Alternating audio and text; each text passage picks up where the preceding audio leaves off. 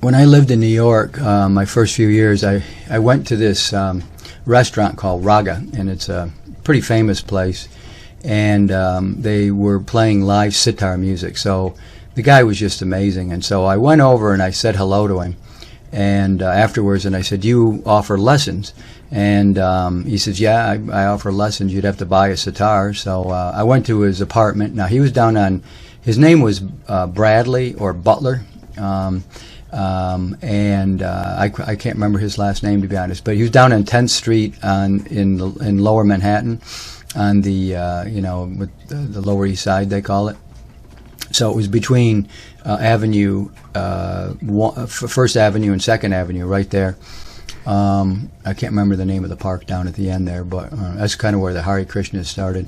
But at any rate, I used to go down there, so I went out and bought a $400 sitar, and I studied sitar for a couple of years, and I got pretty good at it after a while.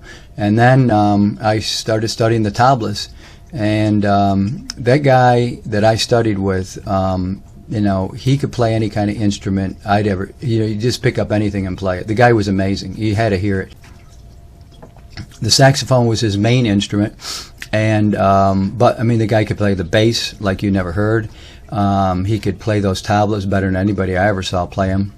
He could play all sorts. He could play jazz with these tablas. He could play swing with the tablas. He could play any kind of music. I mean, the guy was just, and you know what? Him and his brother, who was a very odd guy, they introduced me to this something called microtonal music, microtonal, and you had this guitar with like 31 frets on it, and some of the frets weren't even, they weren't even all the way across, like they were part of the, part of the strings, So this is a very unique, instrument, and this microtonal music. It was kind of strange. It was this avant-garde stuff, and they'd play a note, and you'd sit there, and I couldn't stand it, honestly. But this guy could play any kind of instrument I ever seen. He never worked a day in his life, ever. He just played gigs.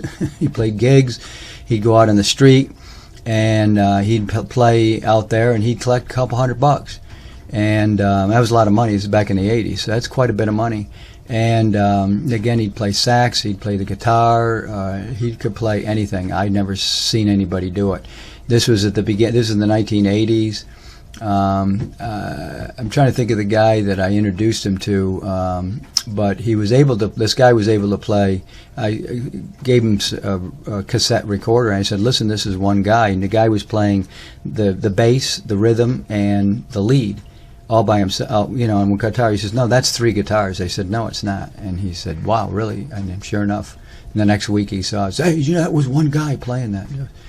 I can't remember the guy's name, but he had talent for doing that, but he never became famous because that was great. But you got to be a songwriter, I think, really to become famous. So at any rate, I studied with him for quite a while, and I kind of forgot it all. I don't know what happened to my sitar over the years, or my tablas. I have a pair of tablas now, and I use them. It's great. I play guitar. I have like 10 guitars, and so it's great for learning how to do rhythms and all that stuff on the guitar, which I do a lot of that. So, at any rate, that's my story of when I learned to play guitar or sitar and the tablas down in the Lower East Side of Manhattan back in the 80s.